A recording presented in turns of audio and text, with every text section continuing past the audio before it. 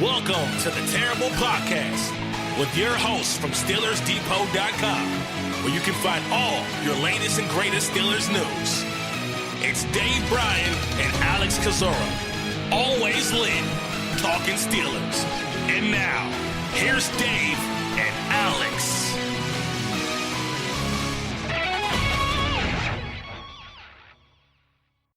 Welcome to the Terrible Podcast, Season 10, Episode 12. He's Dave Bryan. I'm Alex Kozora, SteelersDepot.com. Thanks for being with us this Monday for Week 1 of the regular season on the horizon, Dave. And we have so much to talk about today, I barely even know where to begin. Yeah, 4-hour show today, right? You ready? Nope, I'm gonna die if we do that. I'm gonna try to keep this thing under 2 hours. Keep me out of the rabbit wormholes or whatnot. A lot to talk about today.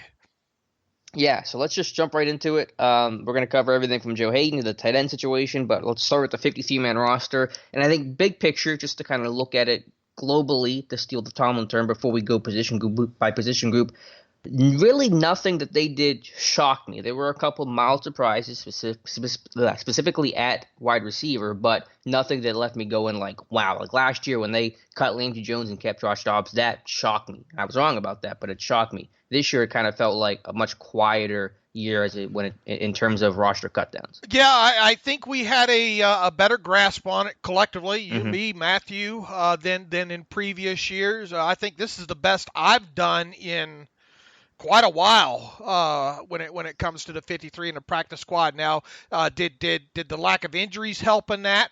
Possibly. Obviously, the quarterback situation being a little bit more stable, I think.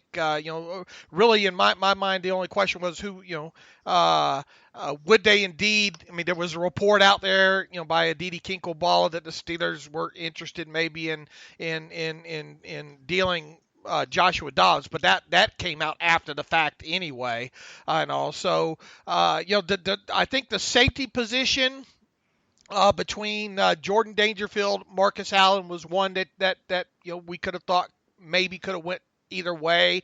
What else was there? Obviously, would they keep 9 offensive linemen versus 8? And what were they going to do at the wide receiver position? Keep 6 or 5, and what was the other maybe questionable? The whole Tuzar Skipper thing. And I was talking to Matthew last night in direct messages when I was laying in bed staring at the ceiling, saying, "Man, I wonder if Tuzar Skipper would have made the 53 had he not put on had the game that he had in the preseason finale. Right. Let's say he only has 1 sack and doesn't get in on special teams." Any whatsoever. Does he still make it? And when I made out my that initial final 53, I had Tuzar out of it, and then I said, let me go back, and I went and watched every special team snap in slow-mo. Obviously, we don't have the all 22 during preseason. And then, as I explained the other day, man, Mike Tomlin would have a hard time preaching in the future down the road about how the importance of leaning in at the tape and all like that had he not put Tuzar Skipper on the 53. So right before my final edit there, I put Tuzar in there, and I waived Fred Johnson and had him carrying the only 8 offensive linemen to get to that 53, and obviously they went the other direction and only retained 5 wide receivers and decided to keep Tuzar. The practice squad, I thought we had a little bit firmer grip on who the practice squad guys would be, and we'll obviously go over that list here in a little bit. But kudos to you, because I think you're reporting from training camp and helped in the process and all, but overall, were we shocked with how the initial 53 ended up? No. No, the only mild surprise was at receiver, carrying 5. We'll talk about that in a second, but I want to go through this roster position group by position group. We'll start with the quarterbacks. Some conversations obviously will be shorter than others. Really, I think after that preseason finale with Devlin Hodges not doing much, granted he didn't have a whole lot to work with, you kind of felt like this group was going to be locked in. The only question was, Could something happen with Josh Dobbs? But those rumors popped up last year. They popped up this year. Nothing happened. The dude has 12 career pass attempts. It felt like really you weren't going to get anything for Dobbs. So that group's locked in. Ben is the 1, Rudolph is the 2, Dobbs is the 3. Really no surprise there. No, and we don't have confirmation yet, other than just a report I think by Jeremy Fowler that not shockingly, Mason Rudolph should be the number 2. I'm sure Mike Tomlin or one of the quarterbacks will confirm that either later today or on Tuesday. Mike Tomlin will hold his first official press conference of the 2019 regular season Tuesday at noon. Yeah, and hopefully he'll be asked then, even if he's coy about it. Obviously, we'll get our answer Sunday night when the inactive list comes out. Whichever quarterback is active, we'll tell you who the number 2 is, but we all assume it's going to be Rudolph. With the running backs, once the linebackers got so heavy that it kind of squeezed Trey Edmonds out of it, it kind of felt like that group was going to be locked in. So you have Connor, Samuels, and Snell. I know there was some speculation, even within the local media, about Snell's roster spot being up in the air. I never felt like it got to that point. And the thing that impressed me the most about Benny Snell, because obviously as a runner, he didn't do too well, but I loved how he embraced special teams, and he seemed to really kind of get on board that aspect of making the team, and I think that's what clinched it for him. Yeah, I would agree, and he, even though he missed the one game right from the outset there when he was on special teams, and he was fully on board with that and made an impact. I think one punt team and one kickoff coverage team tackle there, and then showed up, at least was out there attempting to get it done in the finale. And Mike Tomlin said as much before the preseason finale too. He'll be out there running kicks, running down kicks and running down punts maybe before he even carries a football. So I think they feel comfortable with him. Obviously, and we'll talk a little bit, Edmonds wound up back on the practice squad, so he's only a snap away should they need him. Yeah, we'll talk about that group when we go to the practice squad as a whole. But again, no surprise that Edmonds ended up on the practice squad. Knew he was going to make the team in some capacity. Okay, Dave, wide receiver. Here's the one that surprised me the most. I thought for sure they were going to carry 6. It was their deepest spot. They're going to use 4 receiver sets this year. They want variety of skill sets. Only end up keeping 5, and it seems like that's going to be the way it starts this year, at least for week 1. Eli Rogers, the biggest name to be cut, though again, it's not a shock. The only vested veteran, Johnny Holton, gone too, was brought back on the practice squad today. We'll talk about that a little bit later. So, on a scale of 1 to 10, how shocked were you that they only kept 5? Yeah, probably around a 7 or an 8. I thought for sure they were going to keep 6. Mm-hmm. That's did Tuzar, is Tuzar responsible for that? Possibly. Yep. But most definitely. I thought, I was looking for that reason to trim one of either Eli or Switzer, and I think as a preseason went on, it became more and more clear that Eli could be the guy out. But even with him out, I thought that Johnny Holton would have been the guy to at least stay, especially with the fact that Deontay Johnson, you kind of wonder where he's at in the process right now. Mm-hmm. Even if they would have kept 6, I could see down the line them being able to maybe just shuffle a guy like Holton out.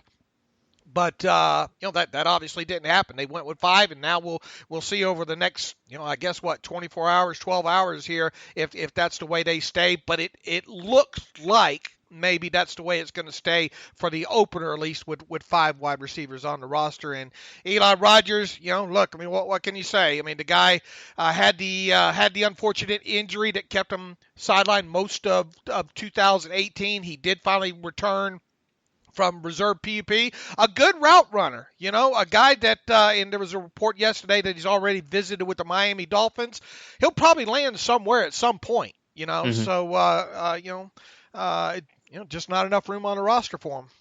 Nope, you had to trim somewhere, whether that was carrying 8 offensive linemen or, not keeping an extra linebacker and only going with 9 or, only 3 safeties, something like that. And unfortunately, the receivers positions, the group that got squeezed. I think having Jalen Samuels and his versatility and ability to play receiver and split out, obviously not the way that Eli does, but still just being functional enough to play out wide gives the team some comfort to only carry 5. James Conner is someone that can play out in space a lot more comfortably than he could, say, his rookie year. So I think those are some elements that kind of went into that. But yeah, that's a surprise there. Rodgers, a good player, doesn't have an elite trait anywhere, isn't going to help you out too much on special teams at this point. So I think a logical cut, and when we both had him off our final 53-man rosters, I think Matthew did as well. Holton's the bigger surprise, but I do want to say this with Holton is that while I like him, and he's got an interesting skill set, something unique to the room, this is a guy that I'm betting 95% of Steelers Nation did not have on their rosters until after the preseason finale. So it's not like we're talking about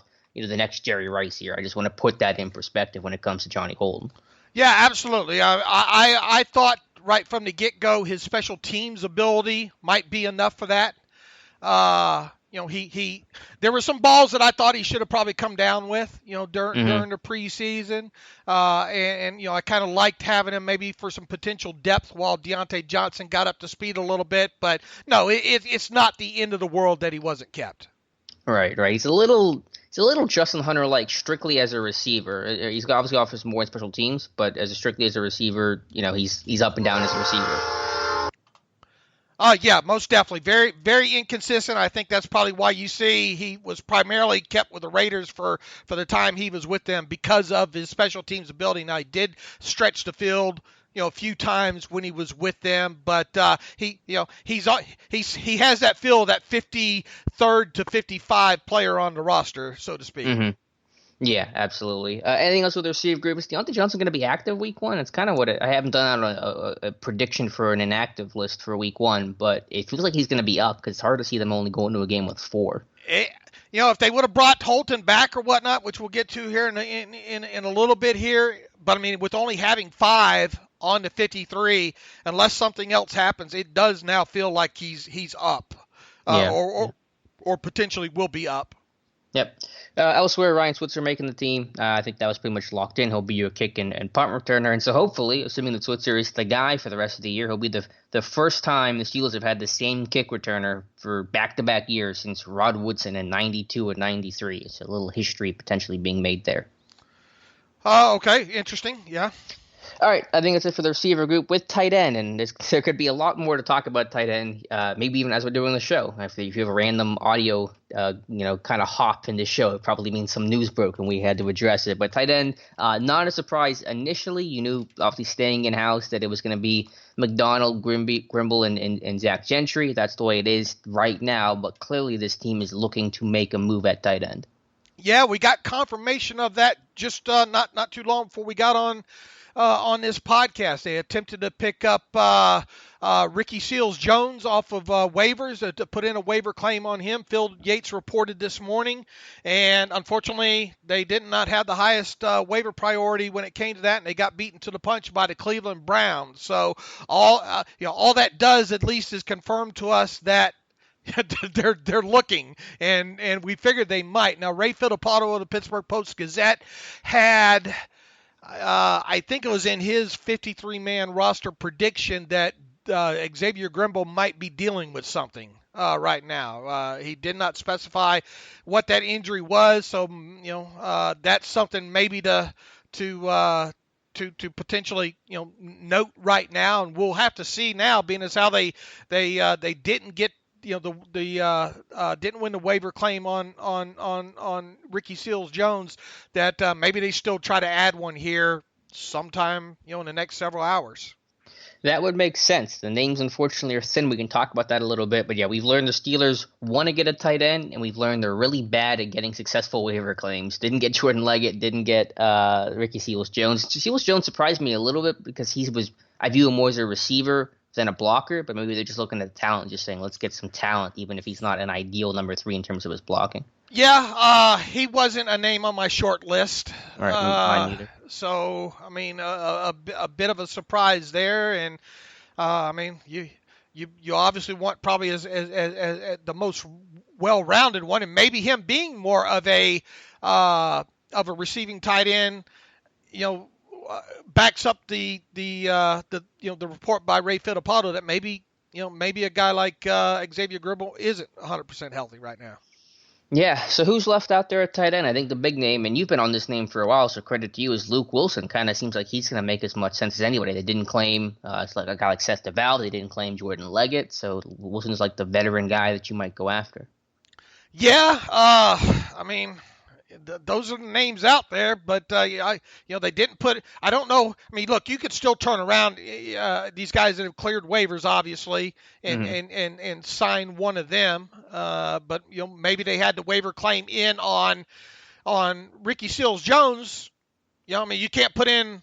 What would happen if you got both of them? I don't know how if that works like fantasy. If you if you put in contingent, right. I guess that's one thing to maybe one time to ask Joel Corey about next time we have him on the show is, can you put in contingent waiver claims?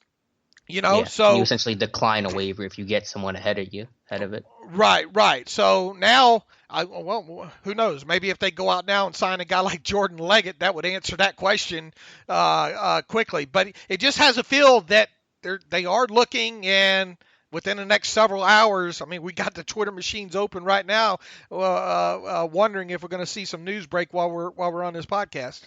Logan Paulson's another name I've seen thrown out there. I mean, he's a little bit older. He's in his 30s, but as a strictly blocking tight end, I don't know if the age matters as much. With Leggett, I wasn't shocked that they didn't claim him. Obviously, he made as much sense as anybody. But remember, whenever they wanted to claim him, they were dealing with a 90-man roster. We're talking about number 4, number 5 tight ends, not a 53-man roster. So you can have a different perspective on it, different times where you try to had the chance to claim him. So we'll see. I still expect somebody to be added at this point. Clearly, as you said, with the Seals-Jones waiver claim that was unsuccessful, this team wants to make a move at tight end. It's just about finding that name that fits. Yeah, and we'll sit and wait now. All right, let's move to the offensive line, and I think it's all as expected. I had Fred Johnson off my 53 in my last one, just to try to get Kozora on there, so that was the one thing I got wrong. I had Fred Johnson off of it. I had Johnny Holton on it too, so those just took a couple minor mistakes I had on my roster, but I was pretty happy with how things went overall. But keeping 9 offensive linemen, I think that's a smart thing to do. And honestly, I said this before, I think that while it's rare and he's just a rookie, I think exposing Fred Johnson on the waivers was your biggest risk of losing somebody. Although, obviously, ultimately, Deontay Spencer got claimed. We should have mentioned that with the receivers. But Fred Johnson making the team as your number 9, Zach Banner as your number 8. Everyone else, was locked in. Yeah, like I said, I had Johnson off as well too, trying to make room for a guy like Holton. But I mean, not surprising that he's stuck. I mean, overall. Look, what a great find. I mean, they have in total, 15 former undrafted free agents on their initial 53 right now. And how many of those are offensive linemen? It just, kudos to them for being able to sift through some of this stuff and, after the drafts and whatnot, and sometimes a year down the road and be able to find guys like the Matt Filers and all like that. So, most definitely. And, look, we would now expect, I think, Fred Johnson to stick, barring something unforeseen, at least through this year, right? I mean. Yeah, no, I think so. And I think they've really done a great job of searching for depth and getting these projects and turning them into something, whether that's a Zach Banner or a Villanueva, or you can go back with guys not on the roster anymore, with Chris Hubbard, obviously Matt Filer at right tackle now. And it just speaks to the investment that they're one of the few teams with the ability to have 2 linemen traded, over the last 6 months that had any sort of value. Marcus Gilbert goes to Arizona for a 6th-round pick, and then they trade Terrell Hawkins to Tampa Bay, which I guess didn't shock me, but I was surprised that they got something for Hawkins, because he's been bad, unfortunately, coming off that quad injury, and to get any sort of value for him, even if it is 2 years down the road, a 2021 6th-round pick. Kudos to Kevin Colbert for that, because I did not expect them to get anything for Terrell Hawkins. Yeah, that was a shock to me as well too. And as you said, 2021, and it's listed as conditional. We don't know what the conditions are related to that, but I mean, if you're able to move up X amount of spots, whatever those amount of spots wind up being for a guy that you're going to cut anyway, good. Nothing wrong with that, right?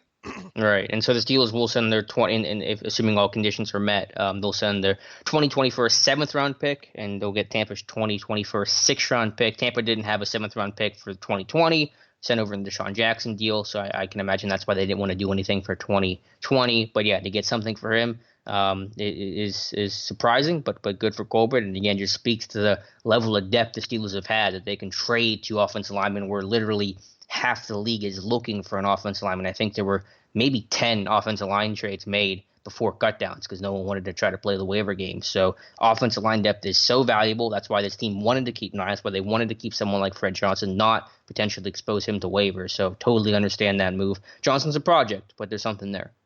Absolutely. Maybe he can, become a starter down the road here. So he's got some time now. At least he's on to 53.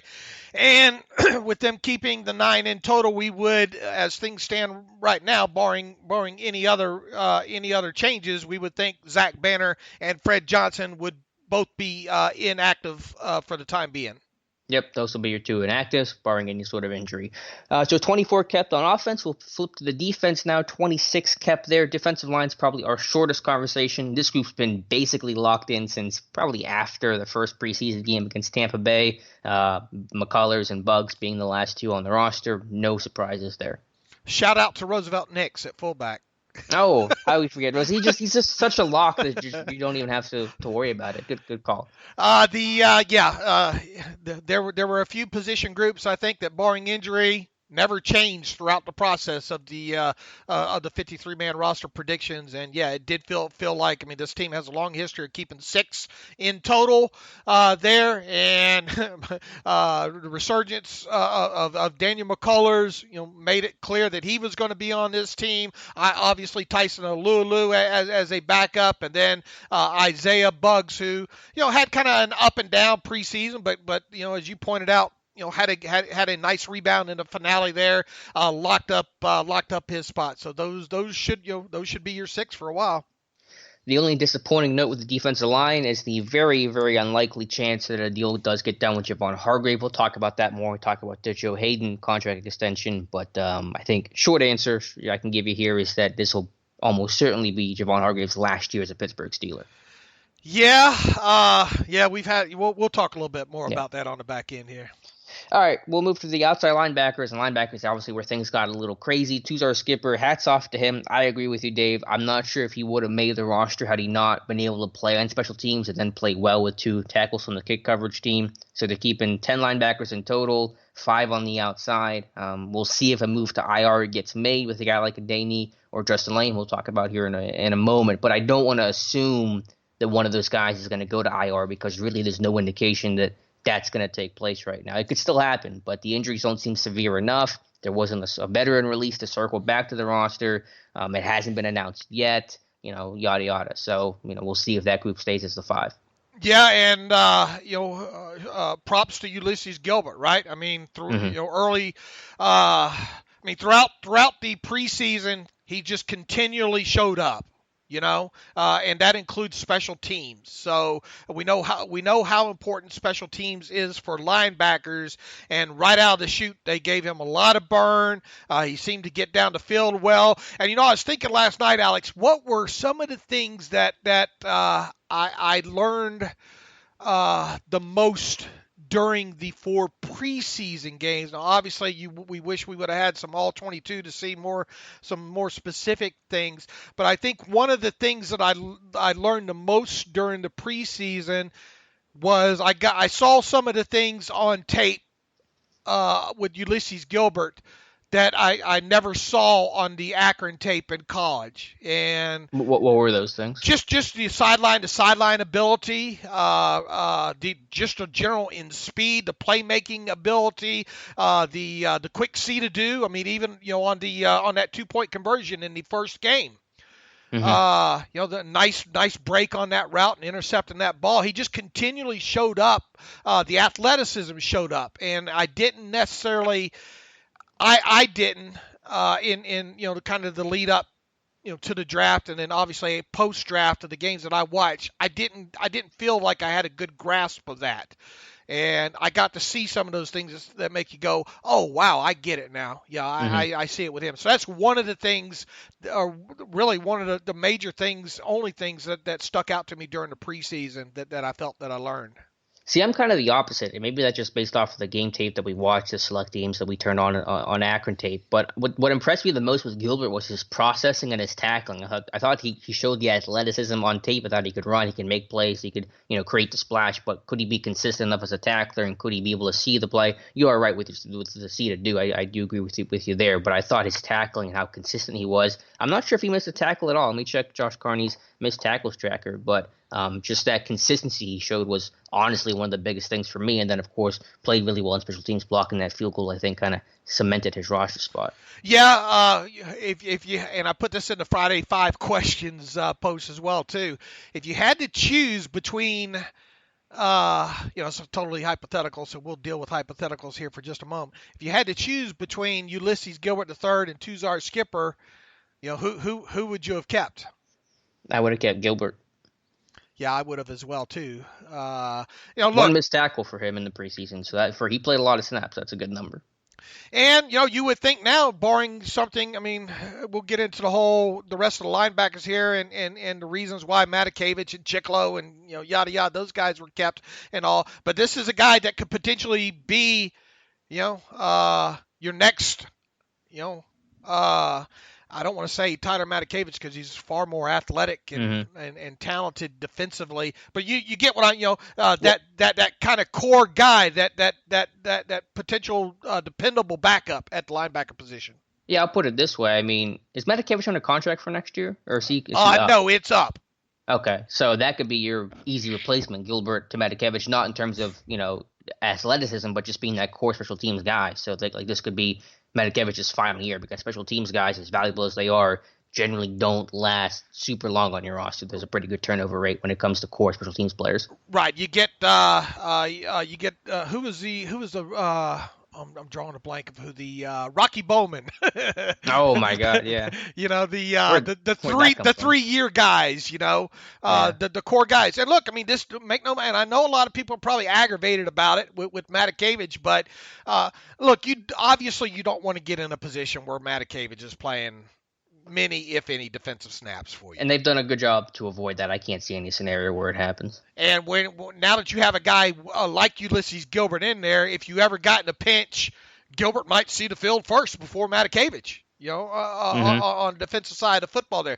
But you do need those core guys, and people keep saying, well, tell us what would you tell the people that say, what exactly, like in Office Space, what exactly would you say is your job here? What would you tell the people that continually get mad at Matakevich sticking on the 53? That you need special teamers. So every team needs a couple of core of those guys. You need guys that you can trust with technique and assignment. They're playing 4 phase. That's a lot of responsibility. You don't want to have 3 guys to fill 4 roles because someone gets hurt or a rush move gets made or whatever the case is, more chance for mistakes. You like to have one guy to be able to handle all 4 of those jobs. So it's a trust thing. It's a technique thing. And plus, he's just been productive. I mean, you look at the numbers that this guy has. Is the Steelers' leading tackler on special teams the last 3 years, and he's tied second in the NFL in tackles. So, you want to talk about production, I mean, you won't get much better production than what Matakevich has done. So you got to have those guys. If you want to be able to cover kicks and punts and have value there, which of course you do, you got to keep a couple of those guys around. Again, he's not playing defense, so he's going to play special teams. He does a great job there. Why would you cut him? Absolutely. And, I think this is it for him, though. Yeah, I think the odds of that are good. I mean, we'll see. I don't want to assume anything, but you could easily see Gilbert, basically bumping Matakevich off, being even re-signed after this year. Or he could get re-signed, go into camp, really be in a battle, and then lose his spot there. But we'll see what happens. Yep. With Tuzar Skipper, I just want to circle back to him briefly. I mean, hats off to this guy. I mean, he was the longest of long shots. And I think you tried to tweet the other day, and this is why I abhor the term camp bodies, because Tuzar Skipper would have been called by any fan a camp body, no chance to make it, just in the way that Roosevelt Nix would have been a couple of years ago as Terrence Garvin, as you mentioned, too. Rookie tryout guy. This was his last chance. He was with Kansas City, did a CFL tryout. Neither of them took him. Pittsburgh was literally his last chance, and he made it. Got a contract, 5 sacks in the preseason, led the NFL, makes a team, just really answered every question along the way. So kudos to him. One of those stories that Tomlin's going to tell guys 5 years from now, saying, look at what Tuzar Skipper did in the 4th preseason game. That's how he got his self onto the roster. So kudos to him for putting that work in. That's a great story. And you know that I don't know if you watched the post-game brief talk that they had up on Steelers.com with him. I didn't. You've obviously have talked to him too, in the past. Just boy, what a great guy. I mean, just I'll be the janitor to be to be on this team, and he said all the right things when asked about the special teams thing ahead of the preseason finale. There, I don't know why. I'm not on special teams, and as you pointed out, it's something that he did chasing down kicks at Toledo, and that's even when he had his unfortunate injury, right? Was chasing down a kickoff or something along those lines. So one of the things that we were talking about, I think was ahead of the preseason finale, is one of the big questions is why wasn't he afforded that opportunity to maybe run down kicks or punts in those first 3 games there. And it was good at least to see him getting out on the kickoff team. I was still on the fence, being as how he was just kickoff team only, on those 5 preseason snaps. But boy, you can only make plays on the plays that they put you out there on. Mm-hmm. And he made plays. And he did. And I don't know what the percentage of 2 out of 5 is, but it's not bad. It's 40%, and that's really good. It's a good batting average. It's really good for your kick coverage team. So, yeah, I mean, hats off to him. And rest linebackers, yeah, Chick was never getting touched. And real quick about him, I did a post on him before the finale of looking at his sacks and his hits and his pressures, that he had been given credit for. I mean, there's something to them, man. I mean, I realize, who they were against, the quality of competition, but the overall pass rushing plan is there. He has more than just one move. He's got that long arm. He's got a nice punch with that left arm of his, and he shows some power there. He shows the ability to rip. And to get around the corner there as well too. So there, keep your fingers crossed, man. But with him and Adaney, maybe they have something there in one or both of these guys. Yeah, certainly potential. Skipper, 11 pressures this preseason. I did my charting last night. That was 5 more than second place, which actually was usually 3, funny enough. So 11 pressures, 5 sacks. I mean, this dude was the definition of earning a spot. A Mac linebacker ended up leading the league in sacks. Oh yeah, that's the Mac. Hey, I picked the wrong one though. Oh yeah, with the Sutton Smith thing, right, yeah. I picked the wrong one. Who saw this coming? And look, I mean, we knew with Sutton, bless his heart, man. I don't know if I put the kabuki on him or what, but battling that injury of his, and we knew that special teams was going to be, the route that he was going to have to take with that, and it never showed with him, man. You had a guy on the flip side in Skipper getting it done as a pass rusher, and then in that finale on special teams, a $1,000 signing bonus for Tuzar Skipper, and as we pointed out already a few times, a guy that, I mean, you want to talk about the last chance to get in the door at rookie minicamp there, and for him to do what he did.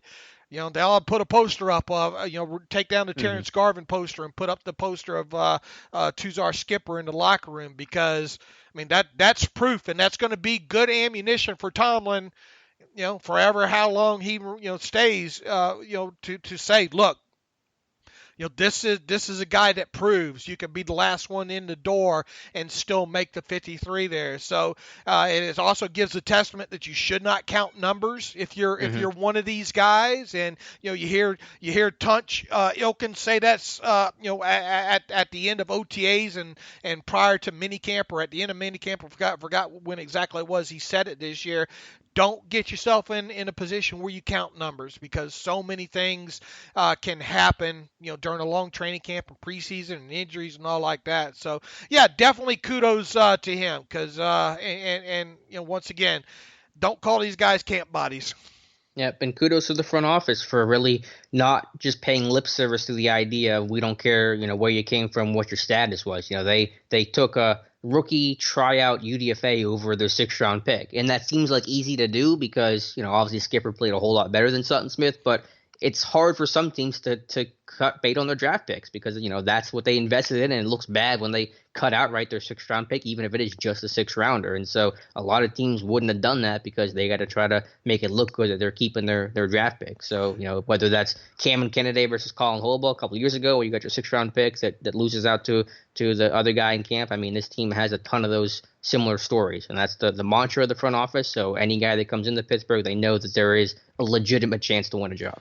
When 3 years from now, when all the posts start circulating of grading the Steelers draft, you have to factor in more than just the draft picks. You have to factor in the undrafted free agents as well too, because technically you could say that you missed on guys like Gray and Sutton Smith, but then you turn around, you look at the guys you like, Ulysses Gilbert, a 6th-rounder.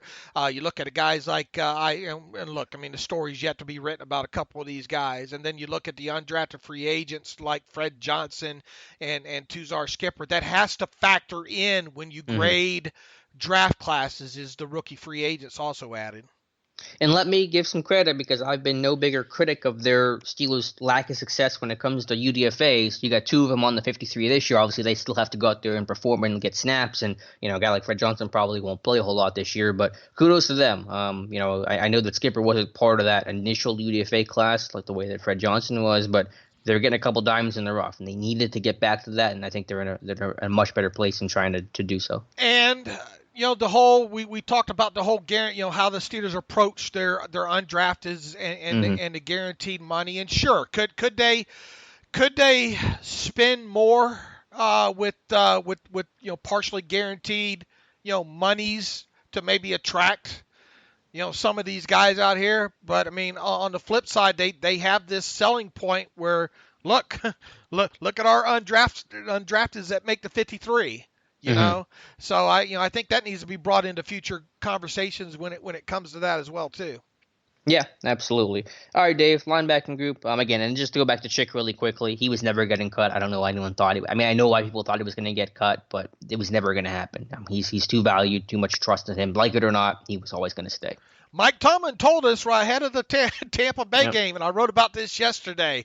He told us those 4 core guys were basically locks. And by those 4 guys, I mean Matakevich, Chickalo, Roosevelt Nix, and Jordan Dangerfield. He was asked a question along the lines of, is he cognizant of losing guys like, I forget how it was worded, but insinuated like losing guys during the offseason, core special teamers such as L.J. Fort and Darius Hayward-Bay. Does that put more onus on special teams play during the preseason and all? And he flat out said, look, I'm comfortable with these 4 guys, and in fact I'm so comfortable that they're not even going to play special teams in the opener, and they didn't against Tampa Bay, because he wants to give some of the younger guys some longer looks when it comes to special teams. Now, does that mean right then and there that those 4 were locks? Technically, no. But, I mean, you had to have a good feeling if you're one of those 4 guys, or if you're an outsider trying to read the tarot card, so to speak, that those guys were pretty much locked in, barring injuries or whatnot. Yeah, Dangerfield might have been the less of the lock of that group, but yeah, you have a lot of trust. You have those core guys, and then Tom was just saying, I don't need to see Nix cover a punt because I know that he can't. So let's give someone else a chance, and that's it took until the finale, but that's how Tuzar Skipper I think ultimately made the team. That's what made UG3 attractive, playing well in special teams, giving those guys a look. So yeah, those core guys that had a lot of value, they weren't going to get cut, and Chickalo was one of those guys. Absolutely. So we have 10. Have 10. Last time they had 10 it's rare. You did the study the other day. 10 linebackers. It's happened maybe once or twice under Tomlin. If you can pull up the roster construction on that. Yeah, I don't have it handy here. So. Okay. All right. Well, 10 is rare, but it was well deserved. I mean, all 10 are worthy of making it. So I think that's the flexibility that Tomlin talks about. Having a plan but being flexible to adjust, and that's I think what happened with this group. With the cornerback, I think, again, a pretty locked-in group. Artie Burns making it, Justin Lane making it again. We'll see if something happens to Justin Lane. I don't want to assume that it's going to happen. That's all I've gotten in my Twitter mentions is Lane going to IR, Ola going to IR. Again, I don't want to assume that couldn't happen. Sure, maybe it's already happened by the time you're listening to this podcast, but there's nothing that really indicates that today. But otherwise, your six were pretty much locked in since already started playing well in camp. Yeah, and unfortunately, we don't know the deep medical situation here. I mean, we don't know how injured a guy like Justin Lane is. We don't know how injured a guy like Xavier Grimble is. We don't know how what the exact prognosis is on Adene. So it makes it a real guessing game when it comes to players like that. I mean, you knew Lane was going to make the 53. Obviously, you just did not know what was going to happen beyond that. Mm-hmm. Yeah, and so if it's going to happen, it's going to happen today, right? I mean, that would be the day to announce any sort of IR to return candidate, correct? Well, I mean, you could do it at any time moving forward, but it has to be after today for them to qualify to be one. I mean, you could. What I'm getting at is you could have a guy go down injured with a long-term injury in week 1. Well, sure. But I just mean realistically, like if they're not going to wait if Lane and Ola can go on IR today, if that's the plan. Right, you wouldn't think because the clock has to, the moment you go on that IR too, you have to miss 8 games. Right. And let's just get whoever you were going to bring back, get them on the 53. Let's not do anything on Thursday. So we'll see. Again, there's something that indicates that to me, and there is no veteran. Oh, you meant today because of this week? Yeah, most definitely. Yeah, because you want to get your guys that you're going to take to Gillette Stadium up and going right now. Right, so we'll know by 4:00 Eastern today. We should have a few answers maybe. Yeah, for sure. And again, I mean, do you think it's going to happen? I mean, just to put you on the spot here, because there isn't that veteran circle player the way that, Nat Burhay was last year or Steven Johnson was the year before. I mean, it's not, the roster's not being constructed in the same way that would signal that kind of move. Yeah. Looking at the clues that are out there right now, Alex, I would think it's a possible tight end for somebody. A tight end? Right. I mean, possibly adding a tight end today. Yeah, well, I'm talking about with Ola and Lane going to IR. Oh, I don't have a clue. I mean, yeah. There's no evidence that would suggest that that's going to happen. Because there is no. Well, you'd have to make room on the roster for a new tight end somehow. It could be Gentry. Yeah. It could be Grimble. I don't have a clue. I mean, because you don't know what the medical situation is on those 3 guys. Maybe here's something else. With having Kevin Rader signed to the practice squad, as an extra tight end that they already had Christian Scotland Williamson as a guy they could use in practice, obviously. Okay, so that might lend you to believe that maybe something is going on with Grimble, that he won't be able to practice and all like that. So maybe if they did or do add a tight end, maybe it's Grimble. Yeah, if it's severe enough. I mean, I haven't really heard anything about it other than what Fittipaldo said. So, yeah, I guess short answer, we'll wait and see. We'll have our answer by today. I don't know. Yeah, I don't know either. But, I haven't seen any signs that would indicate that such a move is going to happen. All right, Dave, let's run out the safety group. Not any huge shocks there. We knew Cam Kelly was going to be locked in. Of course, Davis and Edmonds are your starters. It really came down to Dangerfield versus Marcus Allen. That was one of the few differences that you and I had versus Matthew Marks here on our 53-man roster prediction. We both had Dangerfield being kept, and he's the guy. Again, core special teams guy, the personal protector on the punt team. Allen had his moments, but struggled in the finale, and he ends up on the practice squad. Yes, the whole, it came down to Dangerfield and Marcus Allen, and you just felt like Danny Smith would probably be pounding the table maybe a little bit harder for a guy like Dangerfield. Look, I mean, Marcus Allen's a snap away now, one move away there. What can you say about Cameron Kelly, man? I mean, when he was signed initially, it did feel like, okay, this is just, one of those guys maybe. But we found out right there at the start of OTAs with him, reportedly getting some first team reps with Sean Davis, banged up at the time.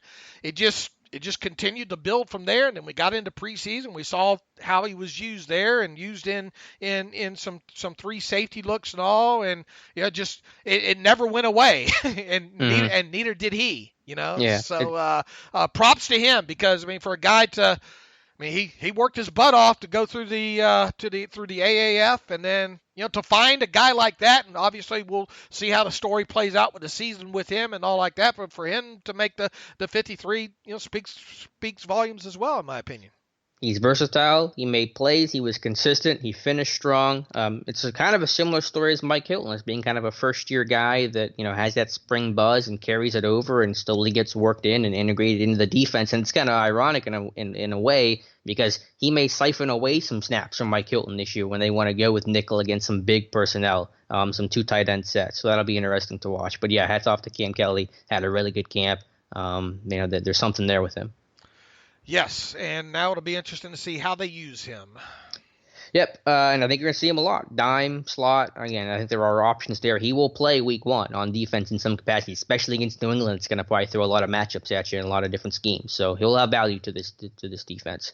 With the specialists, no surprises there. Boswell, Barry, Kennedy. Behrman was the only one that you could have thought could even have a chance to make some noise and take away a spot, but that didn't happen. So those are the guys. Boy, you want to talk about a position so hard to scout during. We see the distances or whatnot, but we don't know what these guys are being told to do. Right. But yeah, Behrman was okay. He came on strong at the end. I thought that was too little, too late. Boswell, hats off to him. A lot of pressure, but now he gets that roster bonus they got deferred. Hopefully it carries over to the regular season. Obviously, there is no guarantee that it does. Boswell was fine this time last year. His preseason last year was not poor, and then it all fell apart in the regular season. But the dude missed, I think, 2 kicks this entire camp and preseason, so that's as good a camp as you could have for your struggling kicker. The only thing I wish we would have saw more, Alex, would have been maybe in a preseason finale. It was way before then. We knew it was going to be Boswell or somebody not named Matthew Wright. Yep. And I just. For my own satisfaction, I would have liked to seen Boswell handle all the kicking duties in that finale. But I understand why they didn't. That was just one of the things that kind of stuck out to me. Fair enough. And then the return game, it should be Ryan Switzer on kicks and punts. I assume you're not too choked up about losing Deontay Spencer. The team was apparently going to offer him a practice squad spot, but Denver claimed him, the only Steelers player cut that was claimed. So obviously he's a Bronco now. I thought Spencer had a good camp. I thought there was a lot of intrigue there as a returner, but I understand kind of the continuity and trust that they have in Ryan Switzer. And we'll see how long Spencer stays on the Broncos. Right. No guarantee there. But a little disappointing, because I thought Spencer did have a nice preseason. I was wrong. He never got his 50-yard plus completion that I thought he was going to do, but I thought he did kind of show a lot of flashes of being an electric guy in space, but just didn't have that, Stephon Logan type camp that you need to make a team. And, wide receiver you would like to see a little bit more out of him as a wide receiver. I think he had at least two drops there. Not that was a big thing. We knew right from the start it was going to be returns was going to be his ticket. And he did. Look, he made a couple of people miss on some punt returns and all. And but we knew it wasn't enough there in the finale. Right.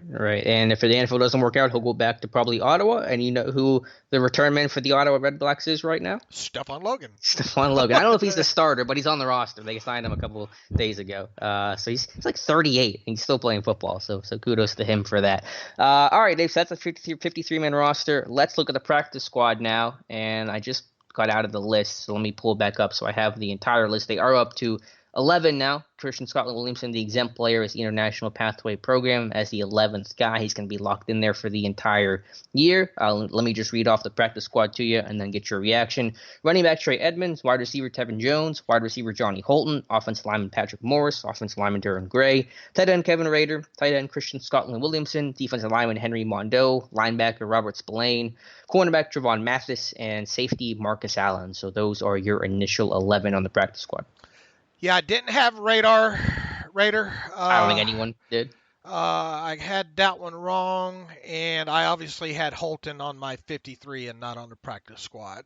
Mm-hmm. Do you have Trevon Mathis on there? Yes, I did. Did you? Hey, congrats! That's awesome. Well, it was a process of availability. Mm-hmm. And the last kid that they had brought in had only been there to one game, right?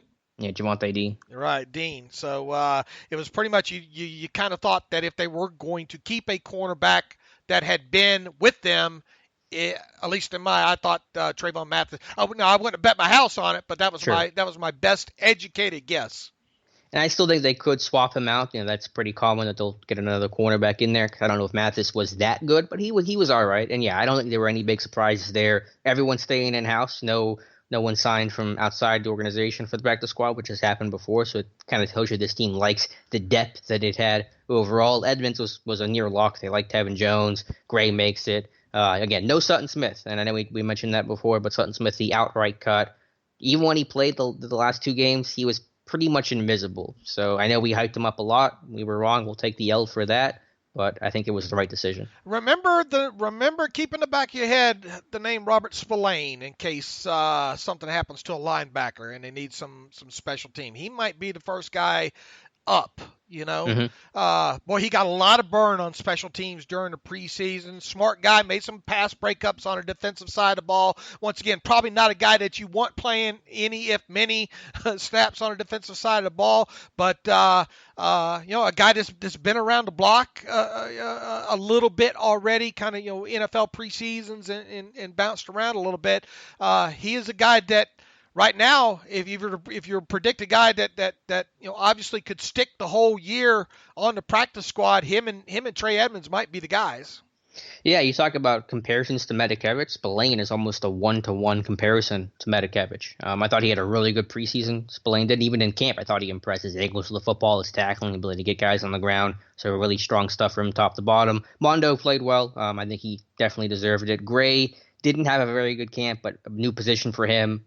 Maybe he should lose a little bit of weight. I'm glad they're giving him a longer look and giving him an extra chance. Tevin Jones is enough of a vertical threat. Marcus Allen was kind of the new Brian Allen, making the roster last year, not making it this year, but could bounce back up. And then Rader, might be a placeholder for health. And if Gentry gets cut, then Rader may be out the door if they bring in a veteran tight end. Yeah, if I had to predict, Rader could be.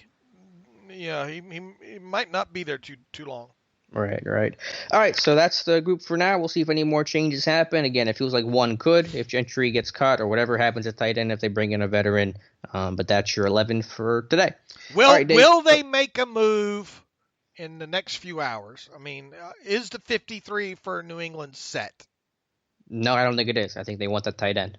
I think they want a tight end as well too. The only question is what is the reciprocal end of that? In terms of what roster move gets made if they bring in, I still think Gentry's going to get cut unless Grimble is really that hurt. But I don't think that's the case. We shall find out by 4:00 today. One other note quickly I want to mention with the secondary, Cam Kelly might be wearing number 29 now. That is correct, sir. Is he definitely wearing 29, or is that? That's what the roster says on Steelers.com. Oh, okay. Because I just saw him tweet 29. I didn't see the roster. Okay, so that's official for him. Not a fan. That's Chidi Iwoma's number. So Cam Kelly, get off 29. Ryan Money didn't work for Ryan Money. It's not going to work for you either. Bad voodoo on that. All right, Dave. One guy who's got some good voodoo is Joe Haden getting that contract extension. It did come down to kind of the last second, but we always felt like it was going to get done. A 2-year, $22 million extension officially announced by the team Monday morning.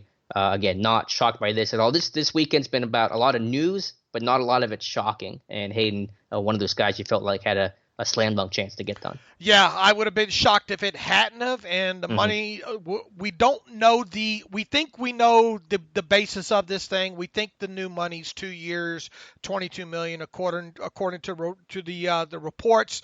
I had this pegged at new money average for Haden all along at between 11 and 12 million. If indeed it's the 2-year, $22 million in new money, that would put it at 11 million new yearly average, and it puts them right at number 15 in the highest paid cornerbacks around the league currently as well too. The signing bonus a little bit stiffer than what I predicted it might be, if indeed this. There's still some uncertainty. Is it a full $16.8 million? Is it signing bonus plus a roster bonus as part of that $16.8 million? Here's the thing. He was due $10 million already in 2019. So his new take in 2019 total between signing bonus, roster bonus, and base salary is probably going to be 16 to 17 million, right around in there, and that fits. That obviously does fit there with him. People are saying, here's the thing that people get caught up with this, and Jerry Dulac does as well too. The semantics of this. Oh, it's a 3-year deal. No, it's a 2-year extension. No, it's really one side will say no, it's really a new 3-year contract. Okay, yeah, technically, what they did is they ripped up the final year, and you could technically probably say that you're right by saying it's a new 3-year deal, or you could not be wrong and say it's a 2-year extension. Here's the thing: that $10 million he was owed in 2019 does not go away. That's considered old money that he's due, and that's the basis of getting these deals. A starting point was how much old money is he's due and how much new money is he's due. So some people are going to look at this and say, well, this is just a 3-year, $32 million deal. So technically his average is, 32 divided by 3. Well, that's technically not right because of the $10 million he already had on the schedule there. The way these things are broken down and the way agents look at these things and the way, you place these guys as far as how much, where they rank in what they earn is the new money average. So when you look at Joe Haden, it's 2 years, $22 million is his new money. That gives him $11 million a year new money average. Now, I also have written all along, this is probably going to save around $3 to $4 million in salary cap space, and it looks like that's exactly what this is going to be with him. We will have the full contract numbers within probably the next, at latest 72 hours when they hit the NFLPA site. We might get them earlier than that. We might not. But all you need to be concerned about with is $11 million new money average and the fact that it's going to clear around $3.5 million in salary cap space. So you're the cap guy, Dave. You're pretty happy with where this thing worked out financially? It couldn't have, unless you're going to pay him more than that. I mean, it had to at least be this, I felt. I mean, he had to at least come in because what was his old deal? 3 years, $27 million? Yeah, $9 million per year. $9 million? I mean, you knew it was going to come in with a new money average higher than that. You knew it wasn't going to be the $14 or $15 million area. He had to come in, I felt all along, in around the top 15 or top 10. Right around in there. So, it's fair for both sides there. And that's what I expected to get done. So I think both sides should be happy here. I'm sorry, did you say where he's at, ranked top corners overall? I was scrolling through. 15, right at 15. 15. Yeah. Okay, yeah. That to me, that's a perfect deal. Like, you wanted him to stay, and you had to pay him some market value, but you didn't have to overpay him. I think that's a perfect deal for Joe Haden. And the only question now, and it'll come out in the wash in the next couple of days, is was it a $16.8 million signing bonus? Was it a 15?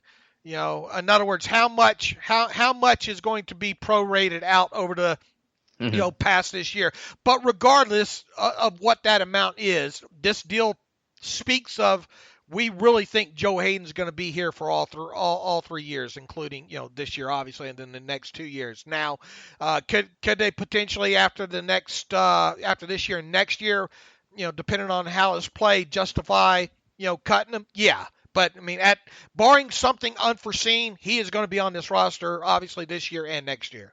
But I think this is probably the last contract Joe Haden will sign as a Steeler and potentially in the NFL. Yeah. Because it takes him through age 31, 32. How How old is he? What did we say? He just turned 30, 32? didn't he? Yeah, like his birthday's right around here, so it keeps throwing me off about what age to call. I think it's either age 32 or age 33 season. They still going through 2021. He turned 30th. He turned 30th. He turned 30 April 14th. Okay, gotcha. So it takes him through.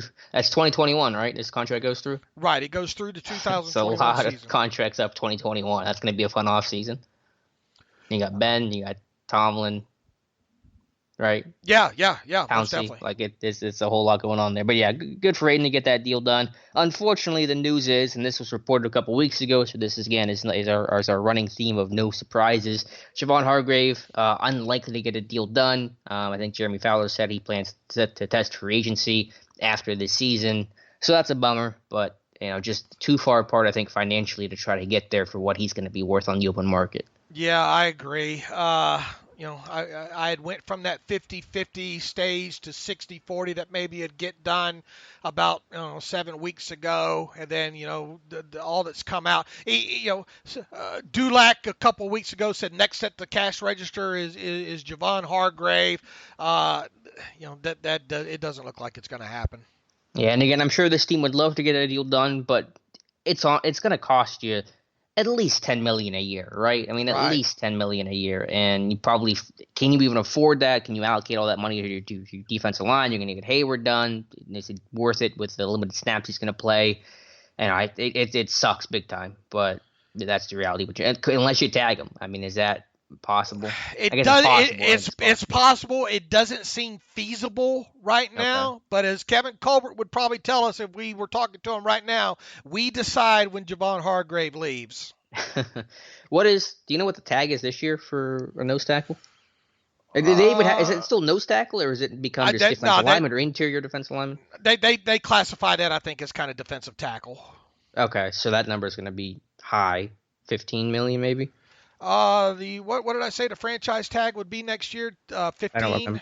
Is that what you said? I don't remember what it was. Yeah, I think that's the. Hold on a minute, I'll get you the projected number. I'm sure it's high. If it's just defensive tackle, then you have 4 3D tackles, and it's going to drive that number up. The 15.786 is right now the projected franchise tag number, and the transition tag projected number is 12.606 per over the cap.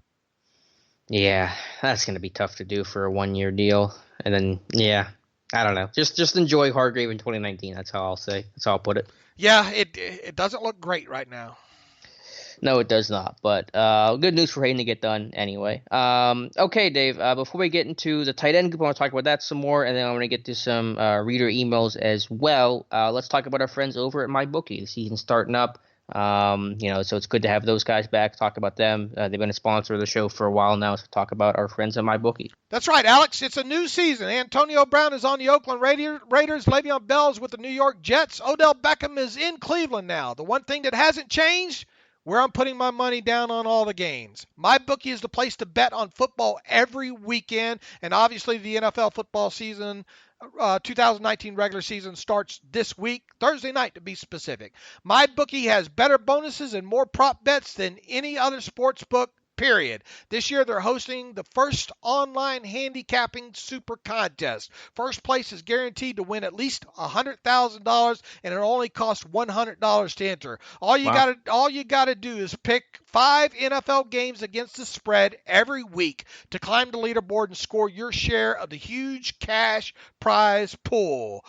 I would only recommend a service to my listeners that's been good to me, and that's been mybookie.ag. That's why MyBookie is always the right play. You bet, you win, they pay. MyBookie has live in-game betting on every NFL game. They got the most rewarding player perks in the business. And for you fantasy guys out there, you can even bet the over-under on how many fantasy points a player will score each and every game.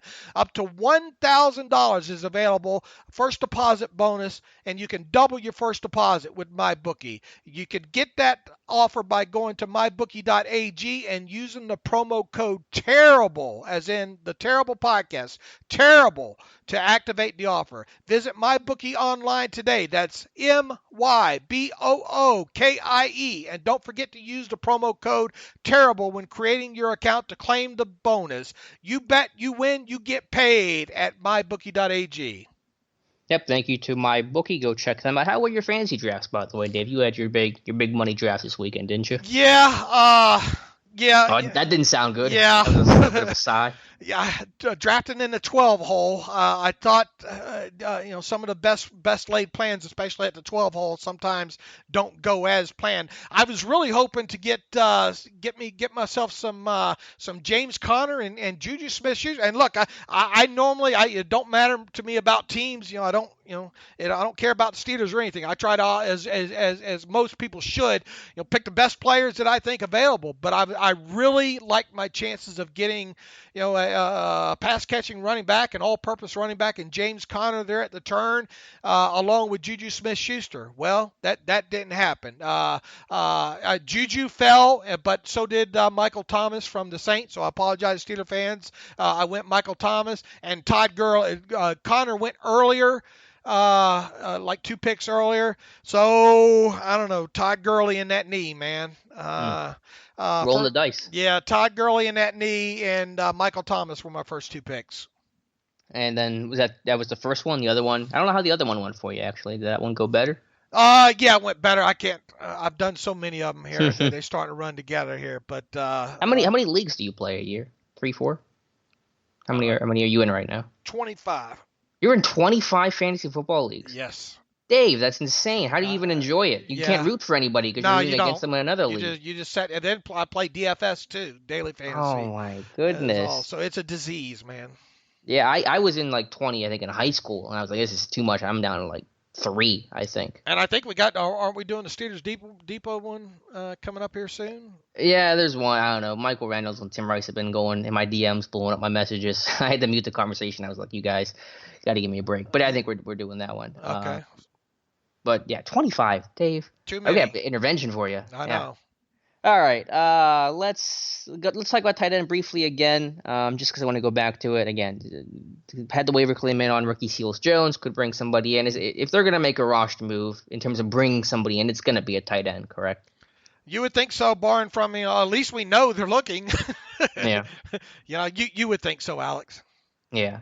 And then my best guess is that would mean that Gentry's going to get cut. I know we kind of mentioned that about Grimble's situation being a little up in the air. Is there any scenario where they could keep all 4 tight ends if Grimble has an injury that might complicate things? Never say never, but where are you going to cut? Yeah, that's a good point. Where would you cut? So I think if they do bring one in, it's either Gentry off or Grimble to IR. Or Lane or Ola. Even though I've downplayed it, that could be a move, an IR, one of those guys to bring in a tight end. That could be as well too. Yeah. We'll know here. We'll know here by the end of the day. Mm-hmm. Yeah, if they're adding someone, that's got to happen today. Get him on the team. Yep. Get him in practice. All right.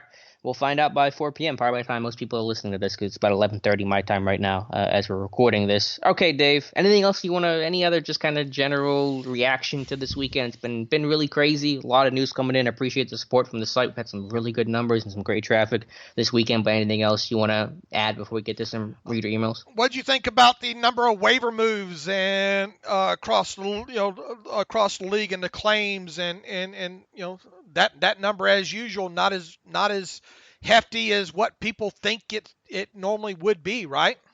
Yeah, I think it was 36 this year, I believe 44 or 45 last year, so even down a little bit. But I almost treat those trades that get made as almost waiver claims in the sense of we're doing this trade to avoid the waiver claim process. And again, there had to have been, including the Steelers sending Hawkins to Tampa Bay, about 10 trades involving offensive linemen made over the last 3 or 4 days. I think that just shows you the scarcity of offensive line, how most teams need depth there, and that no one wants to play the waiver game and try to get one of those guys. So they're willing to trade a late round pick to ensure they get that guy. So that's why this team kept Fred Johnson, why they kept 9 linemen, and why they reinvest in that position continually, because you never know what could happen with injuries, performance, contract status, stuff like that. So if you have good offensive line depth in the NFL, you're in a really good place. It doesn't look like it's going to be an exciting season of John Gruden quarterback camp on ESPN. Of what? You cut out for a second. John Gruden quarterback camp on ESPN. No. It doesn't look like it's going to be an exciting season. Really? Why 4? I don't know. I don't know what they're doing over there. Kaiser, are they going to keep? Are they really going to keep 4? Are they going to make? We'll see. Kaiser, Peterman, Glennon and Carr. Like I said, it sounds like a very boring season of John Gruden's QB camp on ESPN. I don't understand that. All that hype about who was that wide receiver that they the California kid. No, Keelan Doss. Yeah. They John Gruden hyping him all up through this Hard Knocks and all, and he ends up going out the door and all. Mm-hmm. Not many rookies, I don't think, overall claimed off of waivers there. Mm-hmm. Yeah, I don't know what the number is for that, but I imagine it's low. What do you think about Houston? What they've done is it's been chaotic. Is it a net good or a net bad for that franchise? Man, it feels like the Dolphins got the best of that. I understand they had to address that talking about the Texans had to address that offensive line and all, but man, it stinks of desperation. Yeah, I didn't mind what they gave up for Tunsil because they need a left tackle in the worst way. They have to protect Deshaun Watson. You can't have what happened to Andrew Luck happen to Deshaun Watson. I thought the Clowney situation was totally mismanaged, and while they gave up a lot for Tunsil, I honestly didn't mind that move. But it has been just so chaotic that it's hard if you're a player to trust what the front office is doing because you just have no idea what their plan is, and that's a scary place. Bill O'Brien better make the playoffs and go a little ways. Yeah, and then Miami in just full-blown tank mode, which, I respect. At least they're honest about it. Steelers will see them week 8. But, yeah, they are tanking harder than maybe any team I've seen before tank. And the Steelers have them on the schedule this year. Yeah, week 8. Seattle obviously got a little bit stronger. You know? Yep, Steelers will see Clowney week 2. Clowney versus Villanueva should be an interesting little battle to monitor once that game rolls around. Anything else stick out to you as far as trades, roster moves or whatnot? No, just stop trading New England all your offensive linemen, NFL. I got 3 of them. My goodness. I don't know what that's about. Well, they had the center. Sure. Yeah, though I get why they got linemen. I don't know why teams keep trading. Don't trade with New England. That's fool's errand. And we'll obviously start. Hopefully, we'll have a beat writer on Wednesday to immediately get into breaking down the game against the Patriots and content on Steelers Depot going that direction as well too. But man, they're going to have to get that offensive line together quick, right? With a new center and all, and we'll see how many of these. You would think a couple of these reserves that they have might be active, during the game. Who's going to play tight end for them, Alex? Yeah, did they go out and get another tight end? They've been, the Sawboard guy they traded for got cut. Who did they bring in? Did they bring anybody in? I'm not remembering. I'll pull up their depth chart here real quick here. Yeah. While you do that, I know at receiver, Demaryius Thomas might circle back. N'Keal Harry, I think it's going to start the year on IR, so I don't think the Steelers have to worry about the Patriots' first-round pick. But Josh Gordon has obviously been fully reinstated, at least enough to play against the Steelers, so they'll have to deal with Josh Gordon in Week 1. All right, looks like Matt Lacoste, who missed time, I think, during the preseason with, I think it was an ankle. Ryan Izzo. Ben Watson will obviously be on the suspended list, as will Lance Kendricks. They've almost got to make a move here. You would think, right? Yeah, maybe they just roll with a lot of 11 personnel and just don't throw to the tight end. But yeah, it's a big difference from past years. It certainly is. Yeah, no Gronk spike over Sean Davis, which is at least not right now unless he returns. But okay, Dave. Julian Edelman only really playing in the one preseason game. There's a whole timing issue.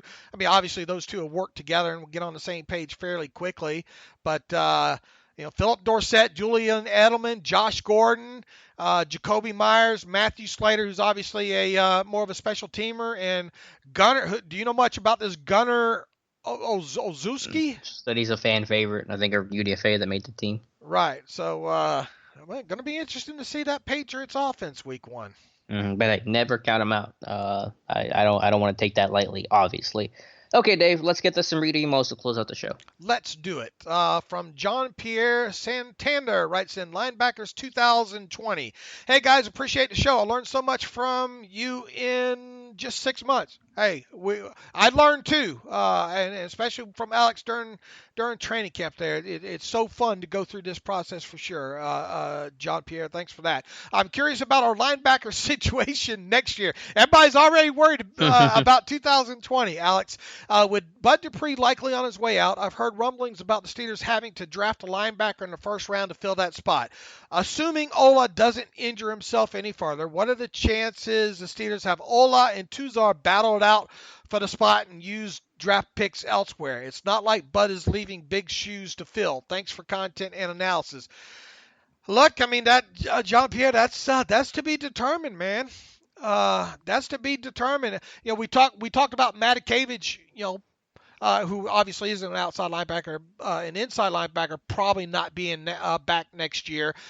Anthony Chicklow is under contract through next season, but at his number, where's the price point? Mm-hmm. I mean, if I had, and don't hold me to this, but if I had to bet right now, I would say Anthony Chicklow potentially not going to be on that 53-man roster this time a year from now. Okay, so where does that leave you? I mean, obviously you have T.J. Watt, right? And if Chicklow is not part of that, you really are hoping that guys like Chicklow, Ola and Tuzar Skipper can bring you something this year. So I think that's what John Pierre. I think that's all something that we're going to watch. How much will we see Tuzar even play in this season? Yeah, and that's the reason why I really hope Adeni doesn't end up on IR to return, because that could effectively wipe out his second year too, the way it wiped out his rookie year. He played nine total snaps. You'd have a lot of unknowns, and then Chick, who's not starter caliber, heading into 2020. But those are things for down the line. Who knows what could happen a year from now? Watch out for that Jennings guy from Bama. He was a return last year, surprise return. Thought he was going to declare. I forget his first name, but watch out for him being as a candidate. Boy, you already out there scouting, right? No, I just remember his name. I've seen a little bit of Bama, obviously, because they're always on TV. But I think it's like Anfree Jennings, I think is his name. Number 33, I believe. Could be a guy off the edge. Yeah, it's John Pierre. It's way too hard to speculate. I mean, the story is going to be written here. But yeah, I mean, I think we both agree with you that Bud Dupree's unlikely to be back. Like I just said, man. If I had to bet right now, this is Chicklow's final year with the Steelers, and you don't have much behind that. So there is a possibility that you could see an edge rusher early next year. Yep, certainly possible in the draft.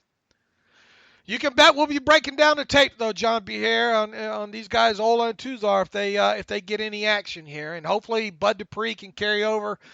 Some of that success he had in the preseason on into the regular season here, and hopefully T.J. Watt takes that next step as well. Thanks for the question.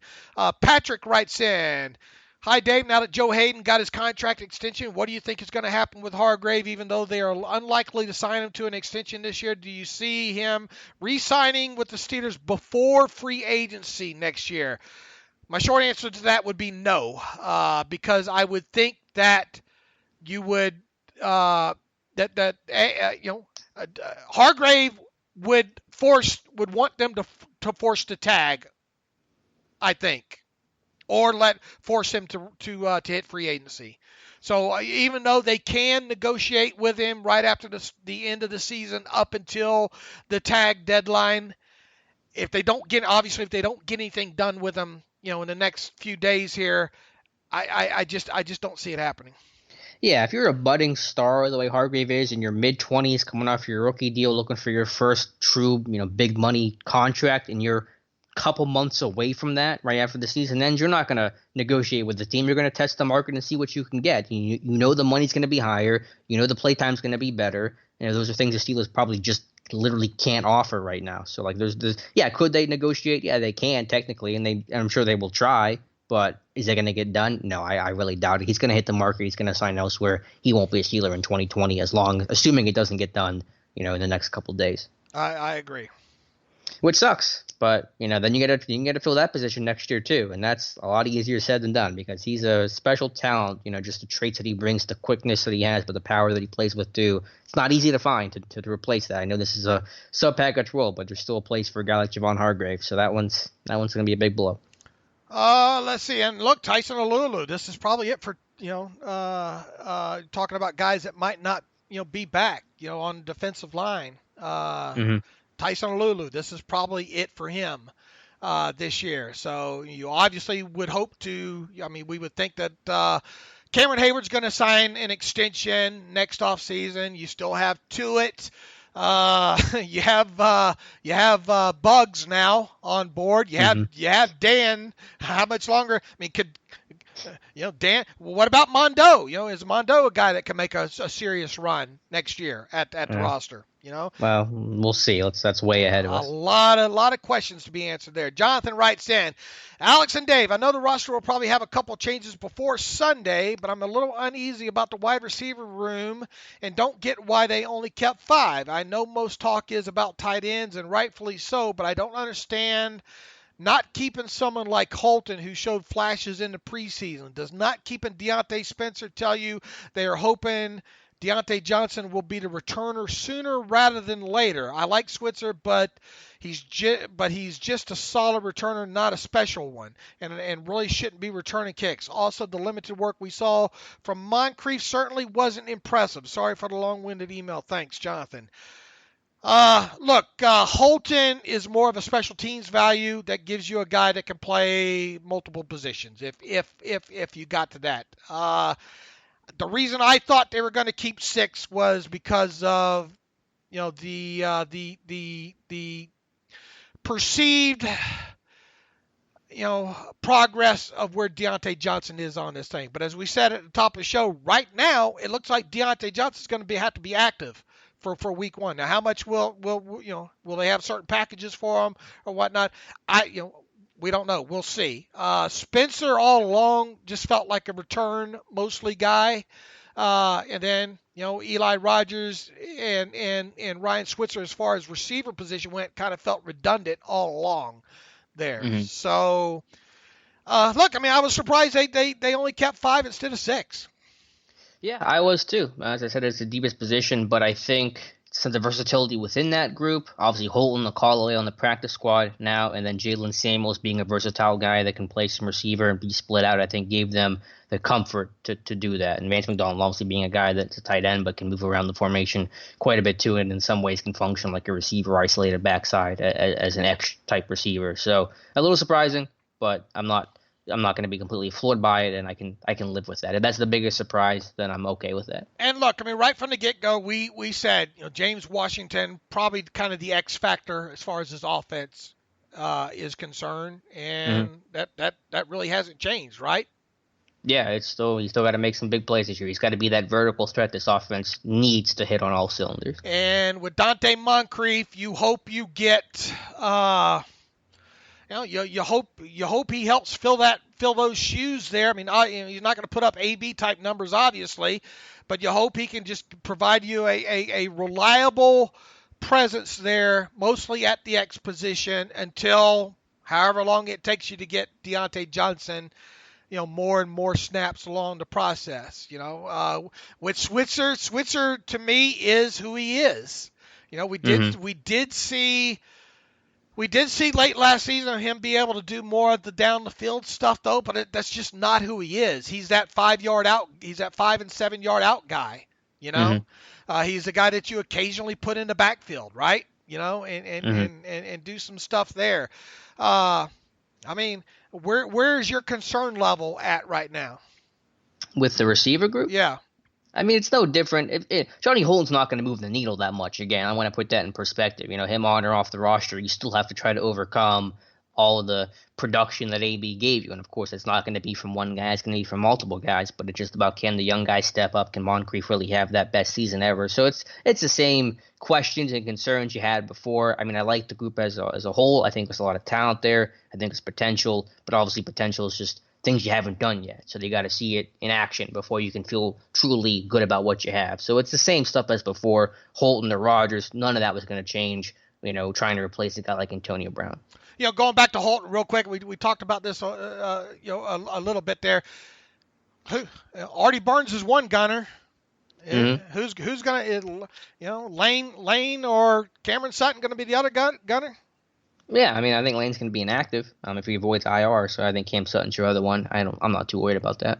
All right. I think Matthew said even Hilton could do it, which I think does make sense. Or, we mentioned Matthew joked about Ulysses Gilbert III doing it, but Matthew Thomas did it last year, so who knows? You could even see UG3 get work out there. He can get down the field. Yeah, he's an athlete. I mean, they got linebackers that run 4.4. I think he ran 4.49. I mean, he can do it. He can get down the field, so that's one thing I'll be looking at here in week 1 as well, too, here. N'Keal Harry officially on injured reserve, so he will not play week 1. And so that's a little piece of New England update for you. All right, our buddy Ashley Bright writes in, high number of 6-rounders to undrafted players on roster. Dave and Alex, been a listener since 2010. Dave, I was your 25th, 105th Twitter follower, and Alex number 437. Thank you, Ashley. You've run into Ashley at camp before, haven't you? No, he's never been to camp before, but we talk a lot all the time. Okay. Really good, really cool guy, so I'm glad he's reaching back out. Question. In all your years covering the Steelers, have you ever seen the roster made up of nearly 40% of 6th-rounders and free agents? Ed Bouchette's comment, why bother on Hawkins' trade? Moving draft positions from 7th to 6th made me take notice of all the late-round and free agents on the team, as well as Alex had a stat up covering it. So what's your thought on that? I guess there's something we'll have to dive into there.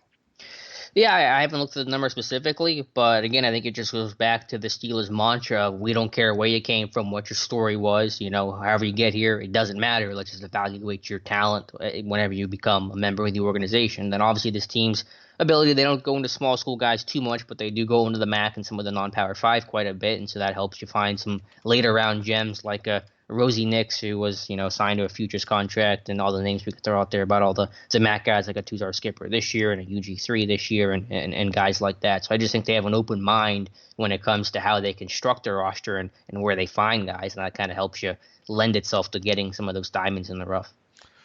Agreed. We'll have to look. We'll have to look at the numbers versus. I guess what he's getting at is this year to previous years. Yeah, I don't know if it's more than this year or what. I mean, it kind of feels like it. I don't know for sure, but they do have a lot of gems on this roster. All right, this one's from Tamir. What's up, y'all? The team is doing a kick-ass job with daily coverage. Probably the only reason I use Twitter now. Question though, if you haven't pondered already why Deontay Johnson didn't get as many snaps as one would like to see in the last game. Felt like I only saw him for his toe drag catch. P.S. I have Bush snagging the first pick against Brady off a tip pass. Book it. Boy, to me, nice. How nice would that be? Here. How about two of them? Tom Brady has never thrown an interception against the Steelers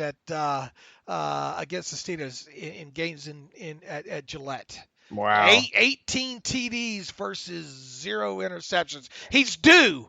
The math says he's due there.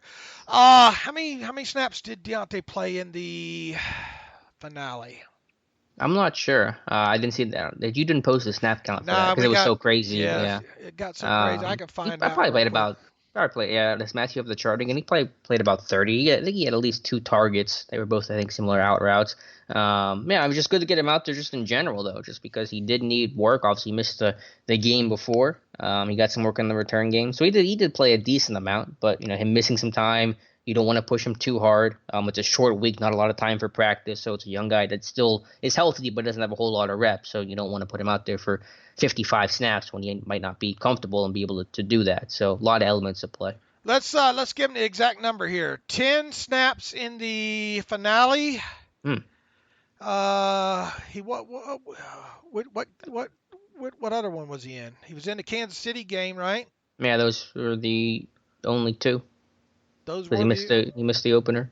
Right. So how many did he play in the Kansas City game? 10 against. Yeah, that's a good point. I didn't realize how low it was against Carolina there. He obviously played a lot more against the Chiefs. That would have been 45 snaps. He has 55 preseason snaps, Alex. I'm surprised. I didn't realize 10. I didn't realize it was that low, but I guess that's why just not a lot of time for him to get reps. So if he's active, we'll see.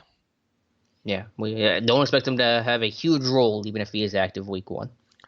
Let's see here. What else do we have? Patrick writes in, "Hi Dave. Now that Joe Haden got his contract extension, what do you think is going to happen with Hargrave?" Yeah, we already hit that, Patrick. It's not looking good with Hargrave there. I'm trying to see if we have. Tom Verdream writes in, Dave and Alex from Tony Verdream. Kevin Rader to the practice squad, ? Really? Man, guess we won't ever know, but I wonder if they put in a waiver claim on anyone else. They did, Tony. Mm-hmm. Tony submitted this on Sunday about noon, so this was before the news about Ricky Seals-Jones broke on Monday morning. Would like to see UG3 on special teams Sunday night, but I cannot reverse engineer the roster to get there unless Chick is still hurt or they use 2 tight ends on game day. I know they need 3 tight ends long term, but could you see them only having 2 active on game day, especially because they use that swing tackle so much anyway? Man, you have to think UG3 is going to be active, right? Well, I'm trying to do the construction of the 7 inactives. Here's what I got so far. Banner, Johnson, Buggs, Skipper, Lane. That gets me to 5. I need 2 more. You had the 2 offensive linemen. Yeah, Dobbs. I forgot about Dobbs. So, yeah, Banner, Johnson, Dobbs, Buggs, Skipper, Lane. I need 1 more now to get me to 7. Yeah, that's we don't know how the injuries are going to shape and what the moves. Yeah, let's just assume that things are status quo. Or even if they add a tight end and Gentry gets swapped out, then you still have 3 tight ends active. It doesn't change the active list. Deontay Johnson or UG3 is my initial thought of what it comes down to. Or Ola. Ola will be hurt, right? Yeah, Ola, yeah. Okay, so if Ola we think. Well, I'm not saying he goes to IR, but I'm saying he's probably going to be inactive week 1 just because that knee injury seemed to indicate that he's not going to be ready for week 1. We think. Yep. Yeah, we think, but I think that's a really safe bet. Okay, so there you go. So Banner, Johnson, Buggs, Skipper, Lane, Dobbs, Ola, UG3 gets a hat. He should. Yep. And he'll play on special teams for sure. He'll make an impact there. Then that means Skipper gets a hat. No, I have Skipper down. Oh, yeah, Skipper down on that list. Okay. Yep. Unless you swap him out for a Deontay Johnson or a UG3. What does Skipper give you? Deontay Johnson don't give you much more on special teams yet either. It's going to be interesting. No, you think about in-game injury, though. I'm worried about that, if you have only 4 receivers out there. Yeah. All right. That will probably be the question mark, the 7th inactive, as we get into the week here. Who's your backup return guy that's on the 53 right now? Is it Deontay Johnson? And in kicks and punts. Cam Sutton is an emergency punt returner. Let's see. No Eli Rogers anymore. All right. No Holton right now. No Holton right now. Yeah. So, that almost clears it up for you that you're probably going to want to have Johnson active. Yeah, I'm assuming so. All right. We'll have plenty of time to speculate about that. Moving forward, I'm trying to see if I got any more questions here. I think we have them knocked out there. Thanks for all the questions, everybody. We certainly do appreciate it. As stated, we will try to get a Patriots beat writer for the Wednesday podcast and at latest the Friday podcast there. Any other final thoughts? Do we feel like we're missing anything? There are some late breaking news here on the team captains, right? We have Ben Roethlisberger and Marquise Pouncey on offense, Cameron Hayward on defense, and Rosie Nix on special teams. Those are your team captains. Anything else come across here? Nope, I was going to mention the captains. Those are their names. No surprises. All well-deserved. And so, getting ready for New England. All right. In the meantime, You can follow me on Twitter at Steelers Depot. You can follow. The Patriots are now re-signing Demaryius Thomas to a 1-year deal. So there you go. that's your corresponding move there. You can follow me on Twitter at Steelers Depot. Follow Alex Kozora on Twitter at Alex_Kozora. You can follow the show at Terrible Podcast. Email the show, theterriblepodcast@gmail.com. If you like me, if you like Alex, if you like just Alex, you can donate. Or just Dave. Nah, that's impossible. Oh, no. Also, Heinz Ward, officially offensive assistant for the Jets. Officially hired. There's people that want you to do this show without me, Alex. Nah, I couldn't do that. Make the show. All right. If you feel like up to donating to the cause, please go to SteelersDepot.com and hit the donate button, upper right navigational bar. If you would like a 1-year ad-free subscription to SteelersDepot.com, you can go to SteelersDepot.com and hit the ad-free button. For 25 years, for 1 calendar year, you can have an ad-free version of the site. Several people have taken us up on that offer recently as well. So, in the meantime and until Wednesday, as always, thank you for listening to the Terrible Podcast with Dave and Alex.